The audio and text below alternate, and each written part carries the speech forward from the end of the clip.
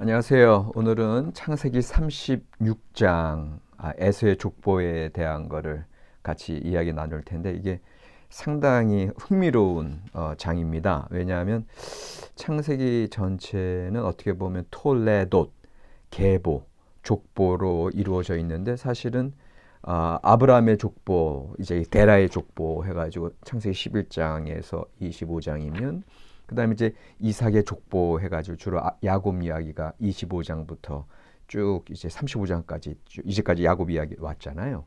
그리고 나서는 이제 37장 보면은 오히려 야곱의 족보 하면서 이제 요셉 이야기가 시작하거든요. 그러니까 어쨌든 아브라함의 데라의 족보 아브라함, 그 다음에 그 이삭의 족보에서 야곱, 그 다음에 이제 야곱의 족보에서 요셉 이야기가 나오는데 그 사이에 그 이삭의 족보와 요 야곱의 족보 사이에 에서의 족보가 딱 30장 한 장이 싹 들어가 있어요. 도대체 이 창세기 전체에서 톨레도스로 이루어져 있는데 왜 또 이 에서의 족보가 중요시 여기나? 더군다나 나중에 에돔 이제 에서의 후손들 에돔 족속들 해가지고는 이스라엘 남유다 멸망할 때 바벨론 끌려갈 때 이제 도와주고 오히려 남유다 조롱하고 오히려 적국 바벨론을 도와줬던 그래서 이제 오바댜서에서는 오히려 에돔의 어떤 멸망에 대한 어떤 그런 심판 예언까지도 나오는 판에 왜 에서의 족보가 중요할까? 이거를 오늘 함께 이야기 좀 나누려고 하는데요. 특별히 이제 더 재미있는 사실은 뭐냐면은 오늘 이제 야곱이 내 아내 통해서 12아들 낳은 것처럼 이 야곱의 형 에서도 세 아내를 통해서 여러 아들들을 낳거든요. 근데 그 중에 첫 아내가 세 족속 엘론의 딸 아다인데 아다에게서 난 장자 이름이 엘리바스란 말이에요. 그러면 엘리파스 하면은 욥의 세 친구 중에 제일 어르신 엘리바스, 빌다, 소발 해서 엘리바스거든요. 와, 이게 어떻게 이름이 이렇게 겹치나. 중요한 건 이 지혜 전승이 이제 이스라엘 역사 가운데 쭉 펼쳐지는데 사실은 이 에돔 지역, 특별히 이제 요 에돔 아래 세일산, 그다음에 이제 이걸 대만 지역이라고 얘기하는데 전통적으로 요 세일산은 요 이제 에돔 지역, 이 대만 지역은 지혜의 고장으로 알려져 있어요. 그래서 예레미야 49장 7절에 보면은 에돔에 대한 말씀이라 만군의 여호와께서 이와 같이 말씀하시되 대만에 다시는 지혜가 없게 되었느냐 명철한 자에게 책략이 끊어졌느냐 그들의 지혜가 없어졌느냐. 전통적으로 이 대만 지역, 에돔 지역은 지혜의 고장으로서 이제 알려져 있었고 욥과 세 친구들은 다 당대의 최고의 지혜자인데 지금 에서의 큰아들이 엘리바스라고 하는 그 이름, 동명이인이 아니라 그 엘리바스를 그 욥의 그 전통적인 그 족장 시대 이야기로서 봤을 때 실제로 오니가 에서의 큰아들일 수도 있겠다. 물론 이제 지혜 전승의 차원에서 그렇게 이제 지혜자의 대표자로 이제 이 대만 지역의 엘리바스를 이야기할 수도 있고요. 그다음에 특별히 이 엘리바스의 또 아들 소생 이름이 대만이에요. 근데 재밌는 건 사실은 엘리바스의 이제 다른 아들들 이제 그 정식 아내를 통한 아들들이 있는데 대만이라고 하는 이름은 사실은 엘리바스가 또 다른 이제 그 기생이면 기생, 첩이면 첩 그런 다른 소생으로 사생아처럼 태어난 아이거든요. 근데 이제 그 아들의 이름을 대만으로 얘기하고 여전히 대만 지역을 아까 예레미야 49장 7절에서 어떤 지혜에 대한 이야기와 같이 연관해서 이야기한다라고 한다면 우리가 이 지혜에 대해서 좀 다시 한번 생각을 해볼 필요가 있다. 무슨 소리냐 하면은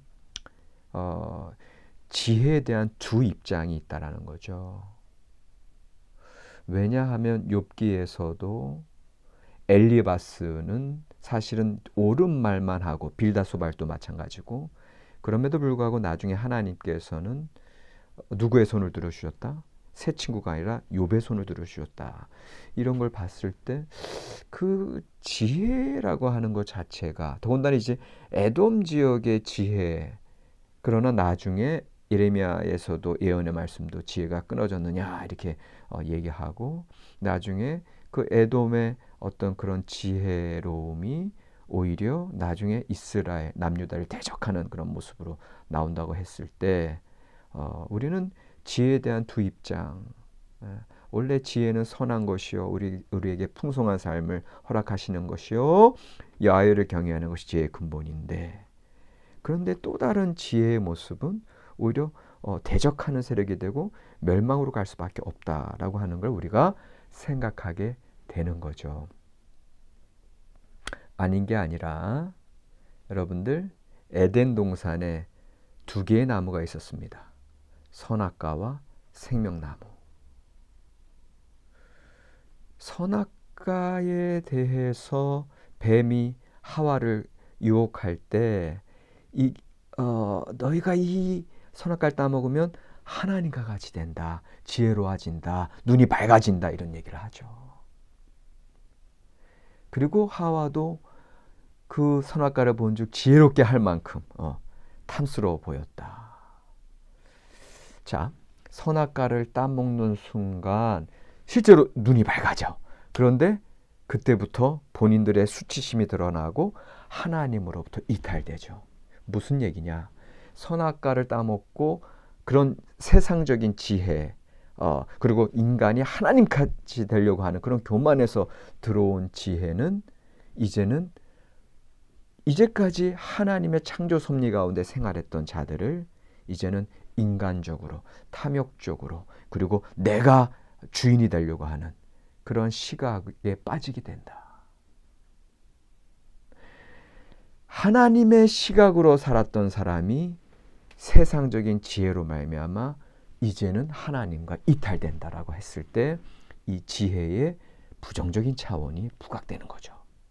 근데 재밌는 건 선악과를 따먹자마자 하나님께서 이들이 이제 선악과를 따먹음으로 이제 우리와 같이 되려고 한다. 그러면서 어떤 나무로 가는 길을 막아 놓으세요? 생명나무. 그런데 여러분들 잠언에 보세요. 지혜는 생명나무라. 무슨 얘기인지 아시겠어요? 지혜의 두 측면, 선악과적인 측면이 있고 생명나무의 측면이 있다. 그러니까 지혜를 통해서 온전한 하나님의 창조 섭리 가운데, 온전한 하나님의 말씀 순종 가운데, 야훼를 경외한 가운데 우리가 지혜를 얻게 되면 그 지혜의 근본을 통해서 하나님께 순종하고 풍성한 삶, 에덴 동산과 같은 그런 행복한 삶을 누릴 수 있는데, 그러나 또 다른 그 나쁜 지혜, 이 세상적인 지혜가 들어올 때는 그 생명나무의 길이 막힌다라고 하는 차원. 한 가지 지혜는 사망으로, 한 가지 지혜는 영원한 생명으로 이른다고 하는 걸 보게 됩니다. 그렇기 때문에 지금 이 에서의 자손들, 이제 지혜로움에 대한 것들, 원래 대만 지역, 세일 지역은 지혜 자손의 곳이었는데 하나님을 온전히 따르게 되면 지혜로운 삶, 풍성한 삶을 약속받을 수 있었는데 그들은 결국 세상적인 지혜로 갈 수밖에 없었다고 하는 사실. 그래서 이 이야기 가운데 한 가지 우리가 부각되는 건 이제 12절에 그 에서의 소생들 가운데 아말렉도 있는 거예요. 아말렉도 에서의 자손이다. 이것도 사실은 역사적인 사실로는 우리가 좀 추적을 해봐야 될 것 같은데, 그럼에도 불구하고 그 전승적인 차원에서는 에서의 자손들 가운데 아말렉이 있고, 아말렉 하면은 출애굽할 때 이스라엘을 제일 먼저 괴롭힌 자들이었고, 그 다음에 대대로 아말렉과 이스라엘과의 그런 대적의 그런 싸움들이 계속되는 걸 우리가 전승적으로 알고 있다면, 그렇다면 우리의 결론은 지혜로운 자들의 말로가 온전한 하나님의 뜻 가운데 그 지혜의 길로, 지혜의 도로 쭉 갔을 때와 그렇지 못했을 때는 멸망이고 하나님을 대적하는 것이다. 이제 이 엄중한 사실을 우리가 오늘 보게 됩니다. 그리고 나서 이제 1절로 19절에 이제 에서의 아들들 얘기가 나오면서 이제 20절, 30절 보면 또 호리 족속이 나와요. 그들이 이제 에서 자손과 같이 거주하는 것처럼 이렇게 이 족보는 또 기록이 되고, 그리고 나서 31절, 39절에는 또 에돔의 왕들에 대한 얘기가 쭉 나와요. 요거 봤을 때 원래는 신명기 2장 12절에 보면은 호리 사람도 세일에 거주하였는데 에서의 자손이 그들을 멸하고 그 땅에 거주하였다, 이렇게 돼 있거든요. 근데 우리가 알잖아요. 기록이 이렇게 돼 있고, 여호수아 때도 그 가나안 족속 멸하고 또 가나안 토지 분배 다 받았지만, 우리가 알잖아요. 사사기에 보면은 여전히 생존한 가나안 족속들과 같이 살게 되는 것처럼, 여기도 이 에돔 땅에서도 결국은 에서의 자손들이 호리 족속 다 멸하지 않고 이제 통혼을 해서 같이 사는 그러한 기록들을 보면서 결국 에서의 족보의 호리 자손도 들어가 있다라는 걸 알 수 있고요. 그 다음에 31, 39절에 에돔의 왕들에 대한 이야기도 여러 다양한 이제 학자들의 견해가 있는데, 이제 에돔의 왕들 어떤 왕들을 가리키냐라고 했을 때 대체적으로는 이제 나중에 다윗이 그 에돔까지 점령하잖아요. 요압 장군을 통해서. 그러니까는 그 왕들을 이제 기억하면서 써졌다라는 거죠. 근데 오늘 이제 이 이야기 하면서 제가 궁극적으로 생각하고 싶은 건 뭐냐면, 그 지혜로웠던 에돔 자손이 멸망의 자손들의 어떤 그런 상징으로 이렇게 가게 되었는데, 사실 그 에돔은 에서의 자손이고요. 그러면 야곱과 에서를 우리가 생각한다면 결국은 그 형제 간의 분쟁이 화해를 해야 되거든요. 그런데 야훼를 경외하는 근본된 그 지혜의, 하나님의 질서에 합당한 지혜로 그 에서의 자손들이 갔고, 야곱 또한 마찬가지. 야곱도 하나님 경외 온전한 모습으로 갔었으면 이들이 진정으로 화해했을 텐데, 그 지혜가 세상적인 지혜로, 그리고 자기의 탐욕 중심으로 약삭빠름으로 가게 되면 결국은 이들은 화해가 아니라 이제 대적하게 되고, 결국은 서로 원수시하고, 결국 오바댜서에서 나오는 그 에돔이 멸망했을 때 이스라엘 자손들은 오히려 하나님께 그 멸망시키신 거를 그렇게 이게 형제 간의 종국적인 모습인가라는 거죠. 다시 말하면 야곱이 이스라엘이 되었을 때 그가 새로운 삶으로 나아가게 됐는데, 자기 자신을 위해서 발뒤꿈치 아득바득 살 때는 형제 간의 화해가 힘들지만, 하나님께서 싸워주시고 하나님께서 이기게 하시는 삶으로 나아갈 때 모든 걸 하나님께 맡기고 다시금 하나님의 시각으로, 하나님의 지혜로 에서와 하나가 됐어야 했다라는 거죠. 그럼에도 불구하고 우리 성경 말씀은 창세기 36장에 에서의 족보가 있고, 그 다음에 30장 이후에 야곱의 족보니라 30장 2절에 나오고 있습니다. 여전히 에서의 족보를 놔두고 있다. 병렬시켜요. 에서의 족보, 야곱의 족보, 36장, 37장.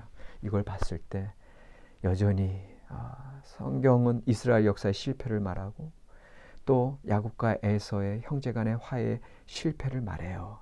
그러나 우리는 이제 신약 성경 예수 그리스도 하나님의 화목제물로, 궁극적인 화해자로 오신 예수 그리스도를 우리는 영접했습니다. 그렇기 때문에 우리의 삶 속에서는 이제는 형제 간의 싸움, 형제 간의 원수시가 아니라 진정한 화해로 나아가야 될 줄로 믿습니다. 그래서 오늘 설교 제목은 진정한 지혜는 화해다.